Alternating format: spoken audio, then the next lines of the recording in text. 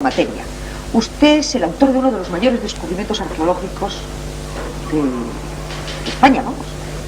Usted descubrió el tesoro de Villena. Todo el mundo hemos oído poco más o menos hablar del tesoro de Villena, pero claramente yo creo que no lo tenemos. Explíquenos un poco qué es ese tesoro de Villena. Pues el tesoro realmente lo es, no solamente de España, como he dicho, es una de las grandes atracciones de la prehistoria mundial. Si quiere le explico un poco la historia del lo más brevemente posible, porque estos señores sí. en deseos de preguntar. Bueno, pues hay allí un yacimiento muy importante, se llama el Cabezo Redondo, quizá uno de los yacimientos de la Edad del Bronce más importantes del Mediterráneo, sin exagerar. Y había allí unas canteras de yeso que estaban destruyendo un poblado prehistórico que había allí en ese cabezo. Hicimos una excavación de urgencia para salvar lo más posible antes de que los canteros lo destruyeran. Pero claro, la campaña nuestra era limitada, los canteros nos ayudaban, éramos amigos, comíamos juntos, pero tuvimos que terminar la campaña aquella y ellos se quedaron en sus canteras. Y cuando ya nos habíamos venido nosotros, a ellos les sale lo que se llama hoy el tesorillo del Cabezo Redondo. Tesorillo por relatividad, que es un gran hallazgo. Éramos muy amigos, pero se callaron. No me dijeron nada, y no solamente eso, sino que uno de ellos vendió un par de brazaletes a un joyero de allí de la población. Y entonces, pues, hubo lío, ¿no? Intervino el juzgado, y, resumidas cuentas, se pudo recuperar. Esto sucedía en el mes de abril, el año 63. Y a final de año, el mismo joyero me llama por teléfono para decirme que estaba afectado, que le habían llevado una joya extraordinaria. Pues un brazalete que pesaba medio kilo. ¡Qué barbaridad! Y había salido al edificar una casa en la población. Al mezclar las arenas con el cemento para hacer el hormigón, pues a uno de los peones le sale ese brazalete ahí en la arena. El chico, que era muy sencillote, pues como pesa medio kilo, tiene esas puntas, pensó que era un cojinete del motor del camión que llevaba las arenas.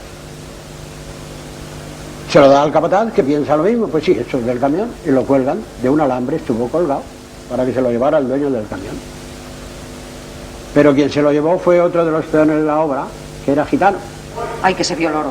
Claro, eso de lejos lo vio, lo cogió de allí y se lo llevó sin pedirle permiso a nadie. Y la mujer del gitano, al día siguiente al joyero, y precisamente al mismo de la otra vez. Entonces ya, ver de dónde traían las arenas aquellas, que es cuando yo me fui a explorar la Rambla, no pensando en eso se podía pensar. Yo creía que era como esa sierra. Había yacimientos que yo conocía de antiguo, pues digo, pues alguna sepultura que sin darse cuenta han violado. Y tenía eso. Empezamos a explorar la Rambla aquella, por la mañana, comimos allí, seguimos por la tarde, cuando ya estaba oscureciendo, a las 5:30, a las 6 de la tarde, el mes de diciembre, recogiendo ya las cosas para venirnos, entonces surgió la vasija que contenía el tesoro allí depositada en el fondo de la Rambla. En definitiva, ¿cuántos kilos? 10 kilos. ¡Qué barbaridad, 10 kilos! Pero pues vamos a empezar con las preguntas rápidamente, Vicente. Sí, pero cuéntenos cómo se produjo el hecho concreto del descubrimiento. Usted se quedó solo una tarde de 1963 esperando a que vinieran a ayudarle a fotografiar aquello. ¿Qué era exactamente aquello que contenía esa vasija? Pues claro, esa vasija estaba colmada de piezas de oro. Eso es lo que vimos, porque claro, eso no se podía tocar. Lo inmediato era fotografiar la vasija dentro de la Rambla. Ahí no estaba yo preparado porque yo no pensaba que se me hiciera de noche allí. Siempre llevo la cámara, pero en ese momento no llevaba flash. No la pude fotografiar y entonces tuve que enviar a los hijos de los peones que me acompañaban al camino por donde vendría ya el coche que nos recogía, a que me trajera un fotógrafo de la ciudad. Aislamos la vasija mientras tanto, la dejamos allí, y aquello era muy emocionante. En medio de la Rambla se hizo de noche, y unas antorchas que encendimos allí de leña, y el oro brillaba allí a la luz de las antorchas aquellas, se veía perfectamente lo que había dentro, pero no sabíamos qué había dentro. Eso tuvo que verse después. Yo tuve la vasija luego 3 días encima de la mesa de mi despacho sin poderla tocar, porque se corrió la voz. Y se ha dado una circunstancia, yo la cuento como anécdota, de que cerca de casa hay un casino donde se juega, o sea, se juegan las cartas, se juega el dominó. Bueno, pues creo que es la primera vez que ha sucedido, ya sabemos lo que son los jugadores, ¿no? Que caen rayos pasa la música, no se preocupan, sigan jugando. Pues se dejaron todas las partidas y se vinieron a mi casa a ver el tesoro, que se corrió la voz, que había sido una cosa fabulosa.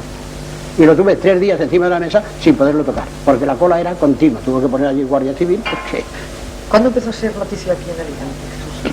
Pues noticia fue a raíz del descubrimiento a finales del año 63. Era una noticia que saltó no solo a los periódicos regionales, el periódico local, sino que a los periódicos nacionales e internacionales. Y a propósito del hallazgo, yo quería preguntarle a José María Soler, que parece que la humanidad siente una especie de frenesí o tirón atávico por toda suerte de tesoros. La búsqueda de tesoros desde el vellocino de oro hasta en busca del arca perdida, pasando por los galeones españoles. La humanidad busca tesoros y yo quiero preguntarle qué se siente cuando se encuentra de pronto en aquella atardecida de diciembre del 63, se encuentra un tesoro del valor del tesoro de Villena, un tesoro de valor artístico incalculable, arqueológico, histórico, y luego eran casi 10 kilos de oro. ¿Qué sintió José María Soler en aquellos instantes? Pues yo lo único que puedo decir, lo que sentí fue responsabilidad. Esta es la verdad. Yo con aquello delante, no lo toqué hasta que pude fotografiarlo y luego con mucho cuidado. Pero durante ese tiempo, dicho así parece que sea una jactancia, yo me di cuenta allí que me estaba mirando el mundo. Dicho así, ya digo, parece que sea perfecta cuenta me di. Luego se iban a tener que creer lo que yo dijera. En cuanto yo levantara la vasija de ahí, posibilidad de comprobar no había. Yo me podía haber inventado una novela preciosa. Sí, ¿de dónde saca usted los 10 kilos de oro? Bueno, pero me refiero yo por el hallazgo. Yo me podía haber inventado cualquier cosa. Pues no, yo tenía que contar lo que era y con el mayor número de datos posible, porque era un dato para la historia. Y yo sentí responsabilidad.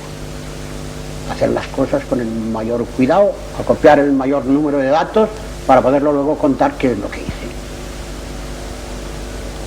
¿Pirula? Yo tengo una curiosidad, don José María.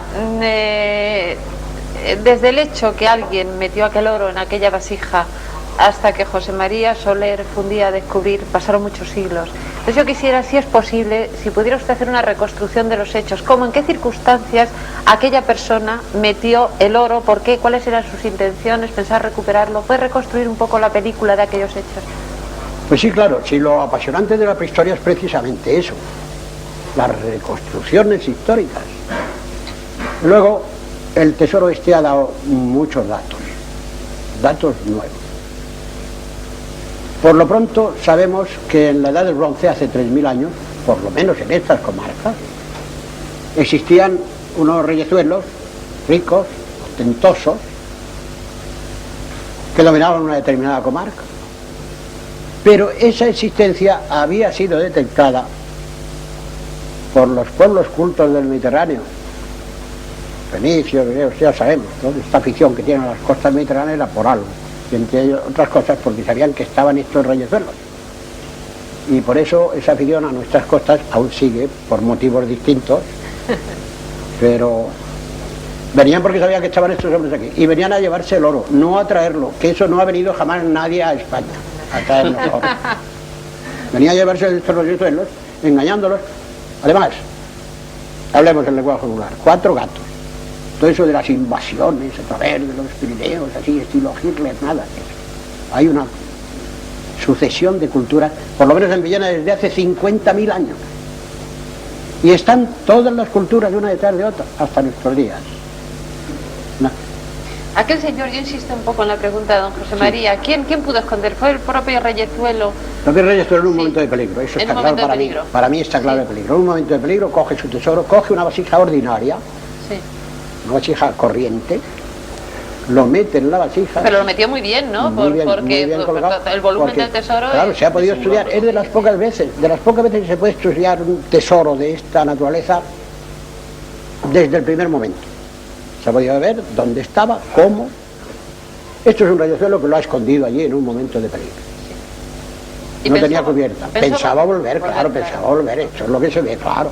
Lo que pasa es que no volvió. Gracias a Dios así lo pudo usted Sí, se contar. dejó allí, afortunadamente. José María,